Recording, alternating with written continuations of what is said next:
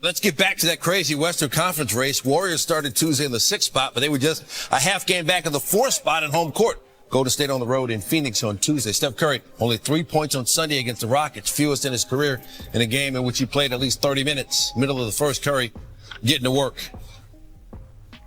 That's 3 right there. Warriors up 9. Later in the first, Curry, he'll take 2 this time. 13 in the first, Warriors up 13 heading into the second quarter. Second quarter, they're up 11 here. Warriors get the turnover. Curry up top. Trace Jackson Davis with the throwdown, and then again. Jackson Davis had 13. Curry 19 points, 4 assists in the first half. Warriors up 69-43 at halftime, and it turned out to be a really easy night for them. Early third quarter, they're up 26. Curry 3 for 9 from 3. He had a game high 25 in just 26 minutes. Warriors up 72-43. A few minutes later, Curry to Jimmy Butler. Put him on the line as well. 10 for Butler. Steve Curry able to clear his bench the rest of the way. Warriors win big, 133-95. Thanks so much, B.A. Appreciate it. Steph, I know we talked this morning. You said it's cliche, but you have to just take care of one game at a time. How are you able to come out tonight and assert that dominance early in the first and second quarter? We were just very focused, had a lot of energy, understood the game plan. Book's been playing at a high level even in the midst of their struggles. But just trying to make their whole team work. Defensively for us, if we can make our presence felt early, good things usually happen, and that's how we won tonight. Yeah, you guys are pushing him to late in the shot clock in terms of the defensive side. I know that starts with Draymond Green. He does everything defensively. What does he mean to this team, and what can't he do on the defensive side? His resume is stacked. It should be hopefully even more stacked after this year. He just is our quarterback back there. He always is one step ahead. He communicates so well. He's so versatile, and no matter who he's guarding, whether guys he has given up size or weight or whatever it is, he figures out a way. So we love having him locked in, engaged, and doing what he's doing. I know the last 2 months have to be fun having Jimmy Butler on this team. You guys are 22-6 now since the trade deadline, since Jimmy has gotten here. How has he helped to galvanize this team and bring back that belief? Now you guys are 3 games away from the playoffs. It's just another guy that just brings presence. Like, you have to watch the game to understand what he does. Like, I know he's had his moments and, carrying teams to the finals and all that, but a game like tonight, the stat sheet won't say what he means. It's just his presence, his ability to control the tempo offensively, be another Swiss Army knife in the defensive end, and he's made everybody else's job a little bit easier. So we got to be able to carry that influence and just keep playing at a high level. Steph, it's been fun to watch. Congrats on the win. We'll see you guys tomorrow. I appreciate it. Guys. Last night was Curry's 15th career game with at least 50 points, tying Damian Lillard for the 6th most in NBA history. It was Curry's second 50-point game this season, joining LeBron James as the only players aged 35 or older with multiple 50-point games in a season. Monica McNutt, great to have you with us. Hey. I like the maroon. Hey, guys. Hey. Stephen A., are the Warriors going to the finals with this version of Steph Curry? This version of Steph Curry from last night, yeah, they can get to the finals. I don't see that happening, where he'll be able to do that. I don't see them going to the finals, but if that brother plays like that, he dropping 50 on that level of accuracy, there's nothing you could do with the babyface assassin, the greatest shooter God has ever created. He is that dude. Let's not forget the fact that Jimmy Butler had 27 last night, hitting all 12 of his free throws, getting to the free throw line once again. This is the kind of stuff that spells for Steph Curry. You don't have to take him out of the game to get him his rest. That's what makes Jimmy Butler so valuable. I'm just looking at the Golden State Warriors, and I see them and they're a threat, and I'm impressed with what I'm seeing. It's just that when you look at the elite teams, particularly a team like OKC, you can't imagine that even the great Steph Curry is going to be able to do that over the course of a series. They're young, they're athletic, they're just too gifted defensively to let that happen. But if that brother last night showed up throughout a series, there is no one the Golden State Warriors can't beat when Steph Curry is launching like that. He is, in regular season, 10-5 when he has 50 points, right? So that's an important note. And then the only postseason 50-point performance so far was the Sacramento series last season. it was spectacular to watch. His control, his quickness, just going after Zach Edey, really going after anybody that wanted some. He was fantastic with the basketball, but it's tough for me to isolate that from the 27 points from Butler, like you mentioned. Draymond Green quietly had a triple-double, and they still needed, 46 minutes of this ball game before they really pulled away from this Grizzlies squad. And so I think that version of him gets them confidently to the Western Conference Finals. But again, when you look at OKC and that defense, that's the real deal. I don't think it's going to come that easy because there were definitely some points where you were like, Memphis, what are you doing? That's Steph in terms of their defense, and OKC's not going to make those mistakes. Well, he was 12 for 20 from 3 last night. I kind of agree with what Stevie said. I don't know if he can do that series after series after series, and he'd have to win 3 to get to the finals. So he'd have to have 12 games. And if he doesn't do that, I don't know if they have enough other offense to be able to overcome that. And again, against a younger team, let's say they play Golden State in the conference final. Golden State's a young team. They got a lot of wear and tear on the Warriors. Golden State plays Golden State? Golden State plays Oklahoma City in the conference final. Okay. They're an older team. Yeah. They've been around a long time. OKC's a younger team. You wonder if the wear and tear would take a little something out of them. But for a small sample size in a big spot, he's an all-timer. We all know how great he is. Yeah. And they're dangerous. I don't know if they're dangerous enough to win 12 games in the Western Conference. A couple of things we need to mention here because everybody talks about celebrating the NBA. Last night was a night to celebrate the NBA because such great game. It was spectacular. First of all, we just finished talking about Jokic. Denver and Minnesota was an epic game. Just a phenomenal game. We look at Steph last night. Draymond with the triple-double. Jimmy Butler with 27. Steph with 52 and 10. Ja Morant showed up, had 36 points last night, hit 5 threes. He was balling. Memphis gave them a game. They just lost. Now I'm looking at Memphis, however, because this is a team that in the early part of February was a number 2 seed in the Western Conference, just to let everybody know. While we look at the Warriors, third best team in the NBA with Jimmy Butler in the lineup behind the Celtics and Oklahoma City Thunder. 22-3 records since Jimmy Butler's debut. First in defensive efficiency, first in assist percentage, first in steals per game.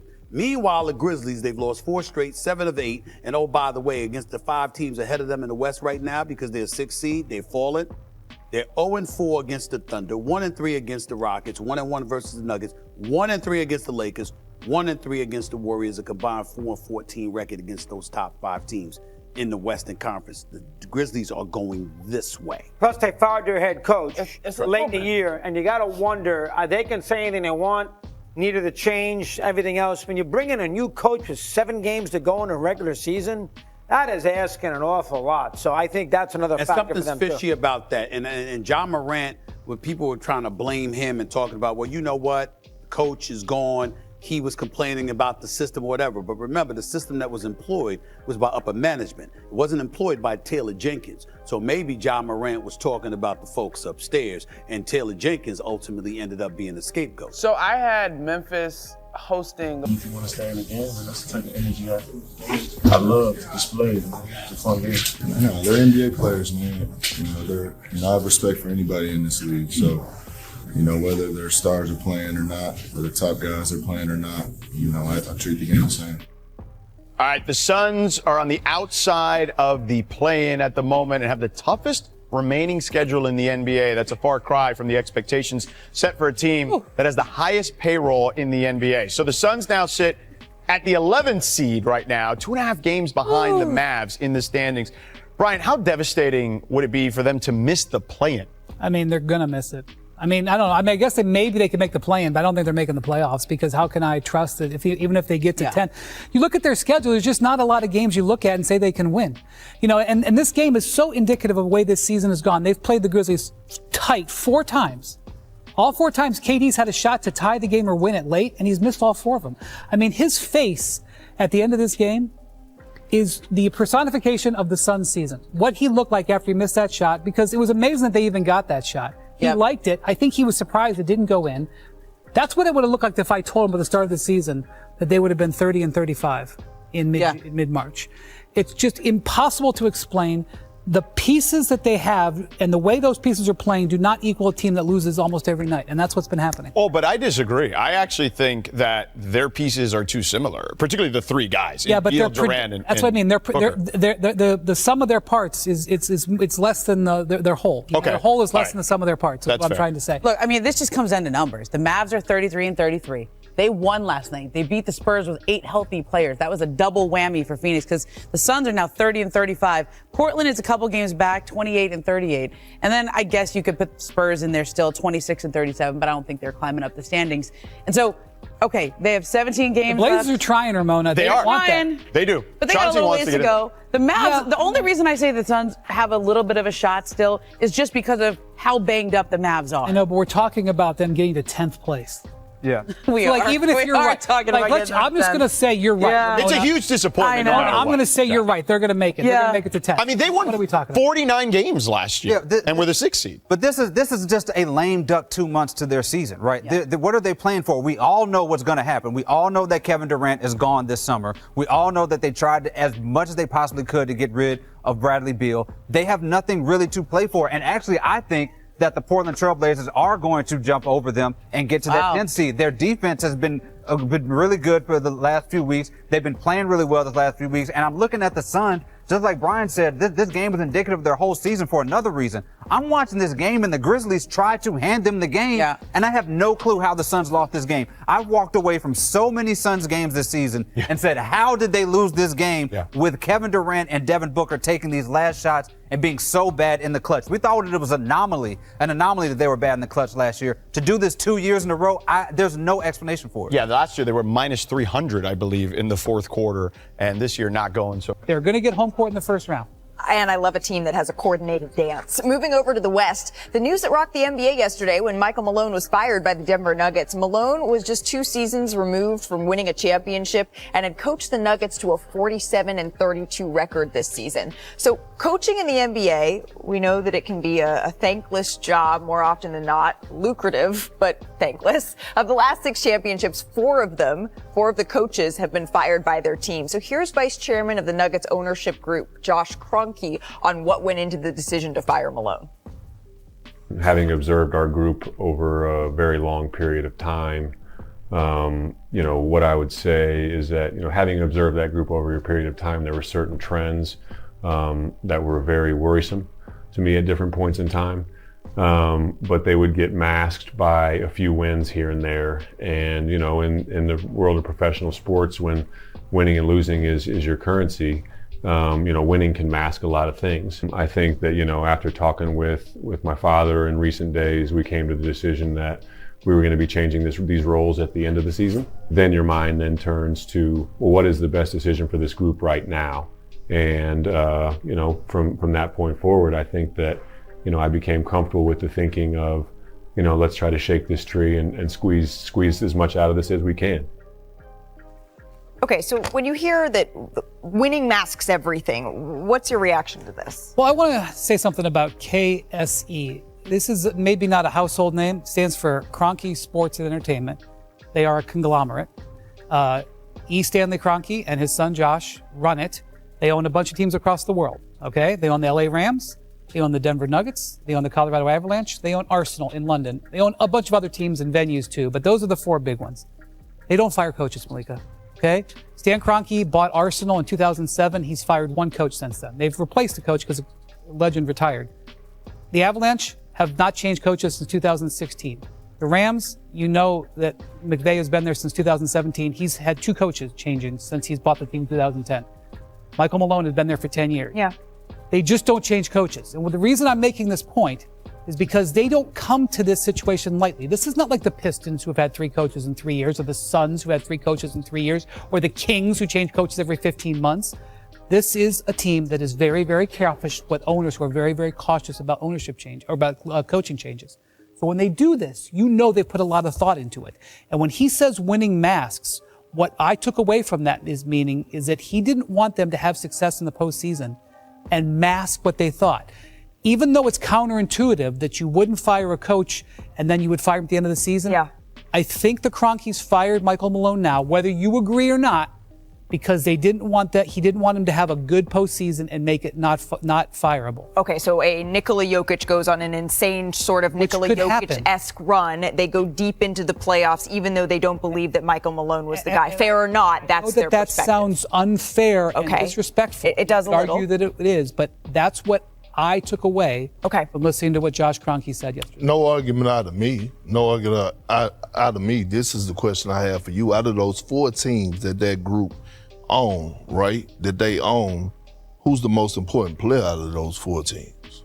Well, we have a discussion about some of the stars on Arsenal, but I will tell you, all 4 of those teams have won championships in the last 5 years. I know, but what I'm saying is this.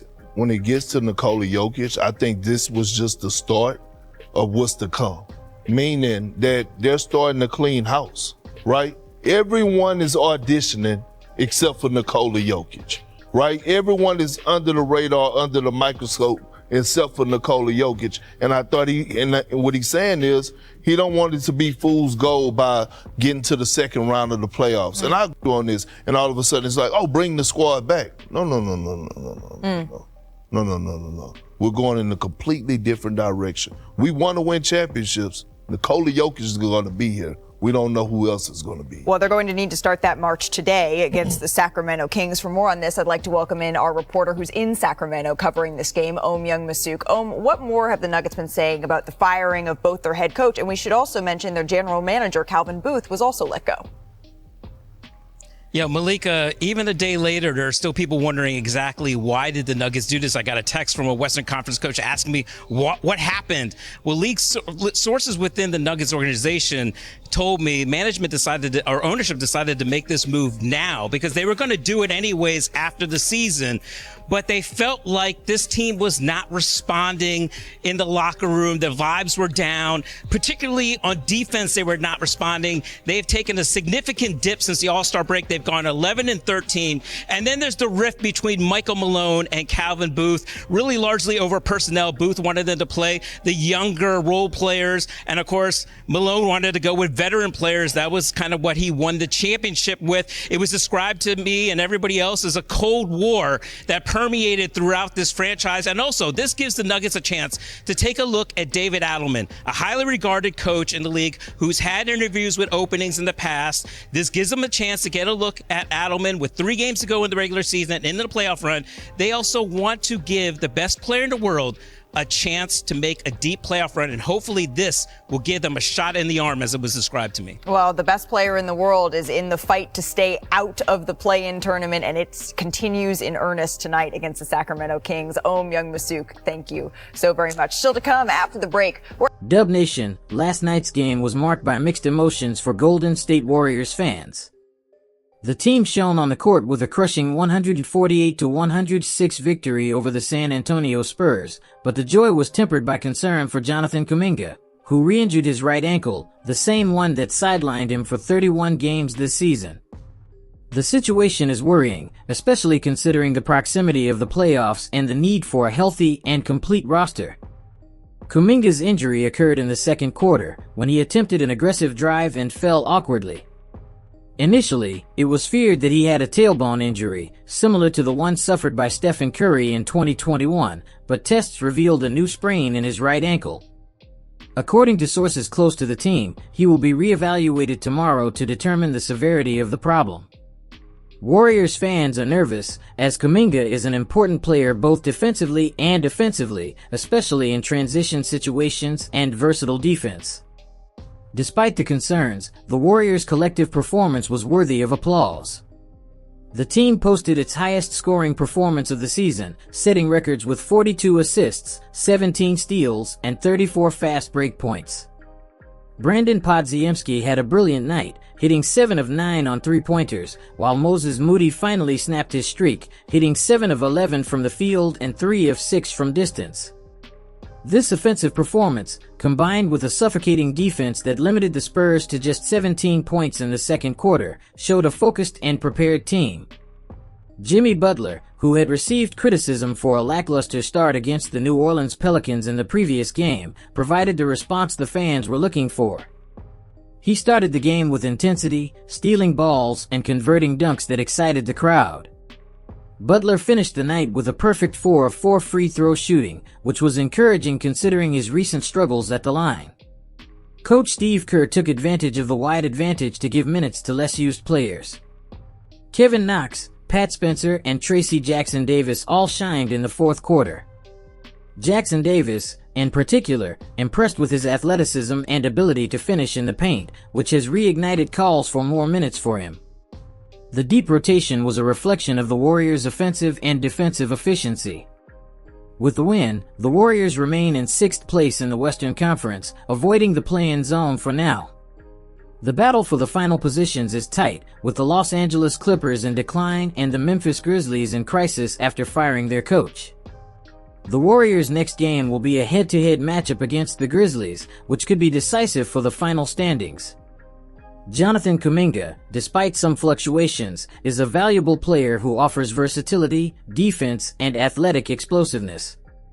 His absence in recent weeks has affected the defensive rotation, and his return was seen as a relief for Kerr. A serious injury at this point would be a major blow to the Warriors, who are fighting for a direct spot in the playoffs. Kuminga is expected to return soon and contribute down the stretch. With just 8 games remaining, the Warriors have little margin for error. Steph Curry continues to play at an MVP level, and the team appears to have found its rhythm. The hope is for a late surge that can solidify a comfortable playoff position and avoid the play-in. All eyes are now on Kuminga's situation, with a clearer diagnosis expected tomorrow. The Warriors have a challenge ahead of them, but today's convincing win shows that, when they are complete, they are still one of the most feared forces in the NBA. Now, the big question is, should the Warriors offer Kuminga a max contract? If not, will they be willing to match an offer from another team? The franchise needs to decide whether its young talent is part of the future or if he will be used as a trade piece. My opinion is that the Warriors should let the market decide. If a team offers the maximum contract, Golden State needs to evaluate whether matching that amount is the best strategy. A reasonable proposal would be a 5-year contract for $150 million, guaranteeing Kuminga's presence in the long term without completely compromising the team's salary flexibility. What do you think? Should the Warriors pay the maximum to keep Kuminga? Leave your opinion in the comments. Now, it's time to stay focused and enjoy the moment. The season is still long, and the Warriors need to build on this victory to solidify their position in the Western Conference standings. And we hope that by the end of the season the Warriors will add a big man to protect the rim. After all, we have some good options in free agency. We know the Warriors are still watching the trade market and looking to make a big-time addition to the team and the NBA to capitalize on Steph Curry's final seasons. So the upcoming offseason is shaping up to be a critical time for the Golden State Warriors, who are poised to reshape the trajectory of the franchise. Will they commit to one last championship run, or will they opt for a financial restructuring? Mike Dunleavy Jr. and the front office are faced with a daunting array of choices, leaving fans eager to learn what the team's next moves will be. The anticipation surrounding Golden State's future is intensifying. Before we wrap up, if you're a true Warriors fan and are as excited as I am to see how these stories unfold, be sure to subscribe to the channel. After all, we're producing Warriors videos almost every day. In conclusion, the future looks uncertain for the Golden State Warriors. With the possibility of losing and adding players to the team and the various trade options available, the Warriors are well positioned to continue to be a force to be reckoned with in the NBA.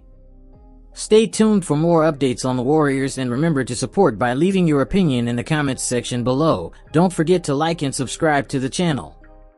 Turn on notifications to know when I send new news. Thank you for following Gold-Blooded News. A hug and see you next time. We're gold-blooded! Go Dubs!